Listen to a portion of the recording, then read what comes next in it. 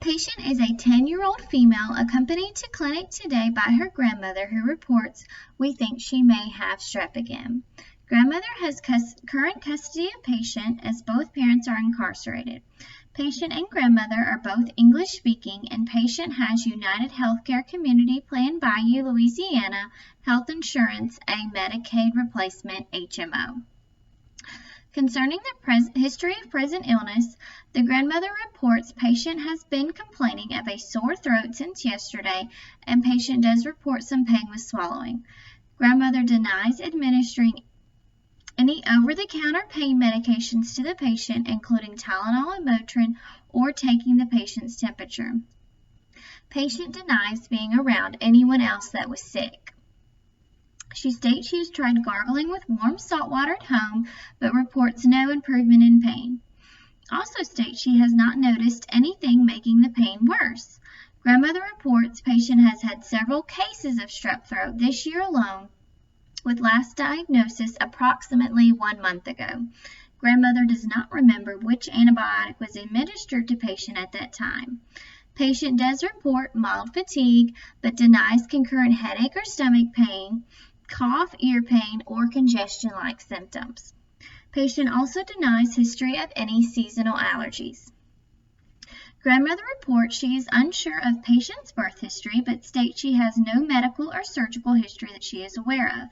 According to medical records, patient is up to date on all immunizations, and patient and grandmother currently report no known food or drug allergies.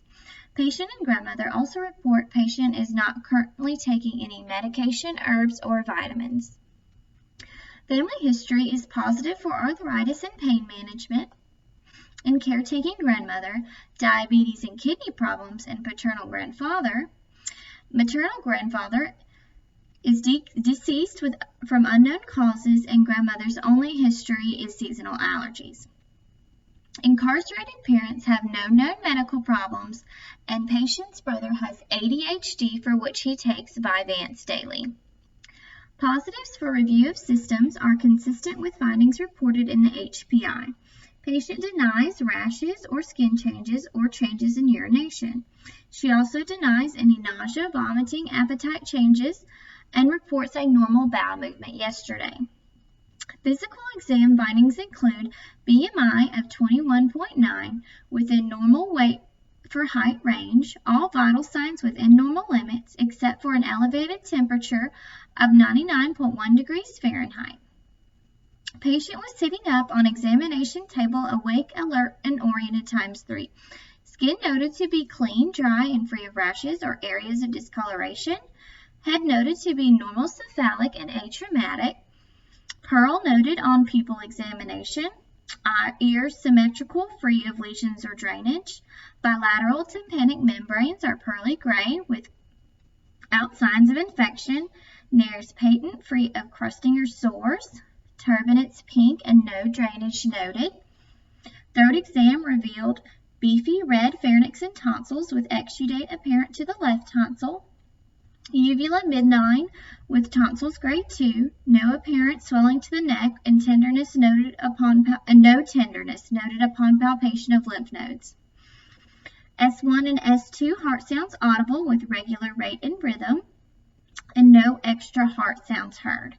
Respirations even and unlabored, and lungs clear to auscultation. Abdomen round and soft with vowel sounds active times all 4 quadrants. Equal movement noted to all extremities with radial and pedal pulses present +2 bilaterally. No edema noted. A rapid strep test was performed already by clinic staff nurses and resulted positive. This patient exhibited signs of significant psychological stress when treatment options were discussed with herself and her grandmother. Interpersonally, this patient became very anxious and upset at the thought of receiving an injection. Her face became flushed and she began to cry. These signs and symptoms are reflective of ineffective coping, and according to Newman and Fawcett's 5th edition of the Newman System Model written in 2011, this reveals a penetration in her flexible lines of defense. This patient came to clinic because of complaints of sore throat and mild fatigue without symptom relief with use of home remedies such as dark gargling or drinking hot or cold liquids. These physiological complaints are examples of an intrapersonal stressor and reflect a penetration in the patient's lines of resistance. Newman and Fawcett's book also discuss how when normal lines of defense are penetrated by, in this case, group A streptococci bacteria, the body's immune system is activated, and her symptoms of activation reflect penetration of the lines of resistance. This patient's grandmother is the current sole caregiver of herself and her brother due to the parents' incarceration. While no issues were mentioned during this initial encounter, I would like to take the opportunity to discuss this further with both the patient and her grandmother separately to ensure this patient will not be at risk for any sociocultural or developmental interpersonal stressors. Changes in this patient's environment as this could penetrate the patient's flexible lines of defense at first and then have a further domino effect up to her lines of resistance if not addressed early on. After completing a thorough history and physical exam on the patient, 3 diagnoses are proposed as possibilities for origin of patient condition, including group A streptococci, viral pharyngitis, and paratonsillar abscess. According to E.R. Wald, author of Group A Streptococcal Tonsilopharyngitis in Children and Adolescents, written in 2020, found in the UpToDate system, Group A streptococci cases present with abrupt onset of sore throat, occasionally headache, and stomachache with nausea, vomiting, and fever. The physical exam reveals tonsils that are erythematous, swollen, and usually covered in exudate. The patient may also have an inflamed uvula with tender anterior cervical lymph nodes, and the rapid strep test will result positive. This patient does complain of sore throat with onset in abrupt 24-hour range, did have a positive result on rapid strep test, and mild fever upon presentation to the clinic. Also had beefy red appearance to the pharynx and tonsils which were grade 2 and exudate present to the left tonsil. Negative case data for this condition include denial of headache, stomachache, nausea and vomiting, and no tenderness upon palpation of anterior cervical lymph nodes. According to A.W. Chow and Esther Ron, authors of Evaluation of Acute Pharyngitis in Adults, written in 2019 and also found in the UpToDate system, viral pharyngitis presents with gradual onset of sore throat and is associated with symptoms of upper respiratory infection, including cough, fatigue, and nasal congestion. Patients may also have hoarseness, sinus and ear pain, coryza and conjunctivitis, sneezing, oral ulcers, and a viral exanthem. This patient is only positive for the symptoms of sore throat and fatigue. The gradual onset, cough, nasal congestion, coryza, oral ulcers, conjunctivitis, viral exanthem, sneezing, and ear or sinus pain were all negative when considering the history of present illness and examination of this patient. E.R. Wald also wrote an article in 2019 titled Paratonsillar Abscess and Cellulitis that can be retrieved from the UpToDate system and discusses how paratonsillar abscess has a severe onset of unilateral sore throat pain accompanied by fever and muffled voice. Patients may also be drooling, and trismus, neck swelling and pain with ipsilateral ear pain may be present in this condition. This patient did have a sore throat and fever upon presentation to the clinic, but symptoms were not severe or unilateral. Patient's voice was not muffled, and there were no signs of drooling, trismus, or neck swelling, and she denied neck and ear pain. Considering all the positive and negative data present for each of the mentioned profiles, the best diagnosis for this patient is Group A streptococci.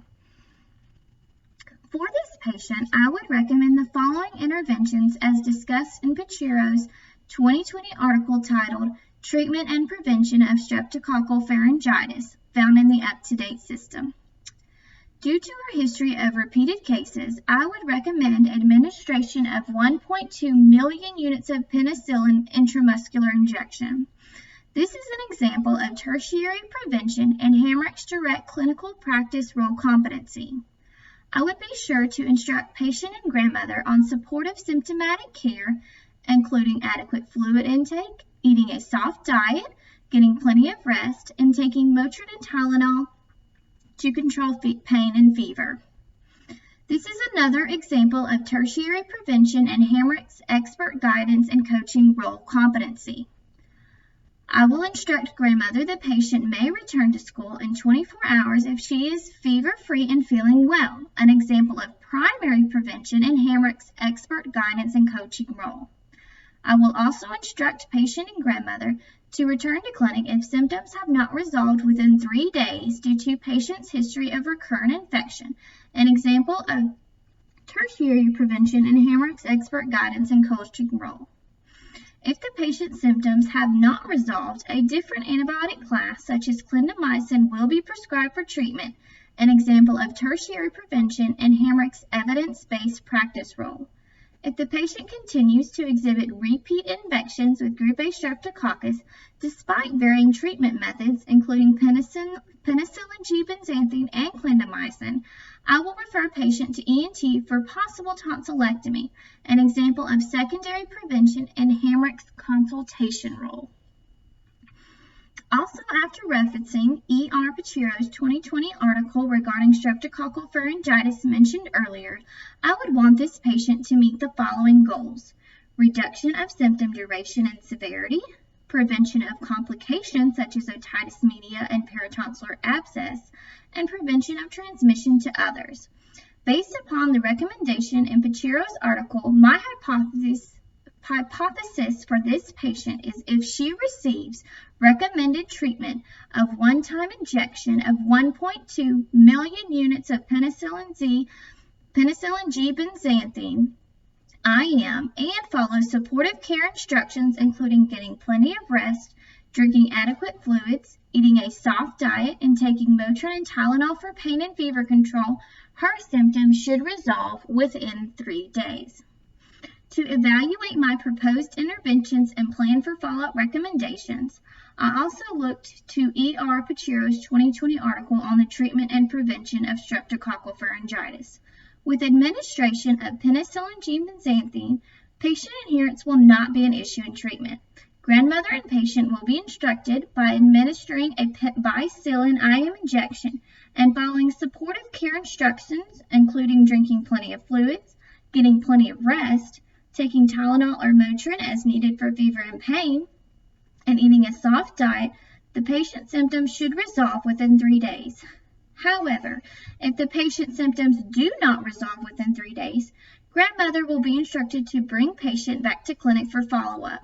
A throat culture will be performed at that time to determine the specific organism causing the patient's symptoms, so appropriate treatment may be administered. If patient still results positive for group A streptococci, a different antibiotic class will be prescribed, such as clindamycin, which has proven less resistance in treatment. Also discussed with grandmother was how patient may need ENT referral due to repeated streptococcal infections in the past, this being her 4th case since August of last year. It will be the ENT physician who will determine if the patient requires tonsillectomy to prevent future reinfections.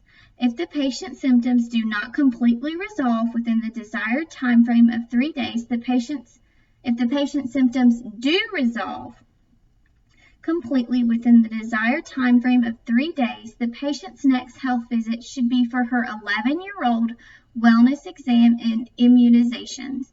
At this visit, I will educate the patient and her grandmother on the importance of the vaccines recommended at this age, including meningitis, Tdap, and Gardasil series initiation. Also at this visit, maturity and sexual development will be a focus, and patient's breasts will be examined, as well as discussion of patient's menstrual cycle if menarche has occurred and what to expect if it has not. Thank you for your time, and please let me know if any part of my treatment plan needs revision.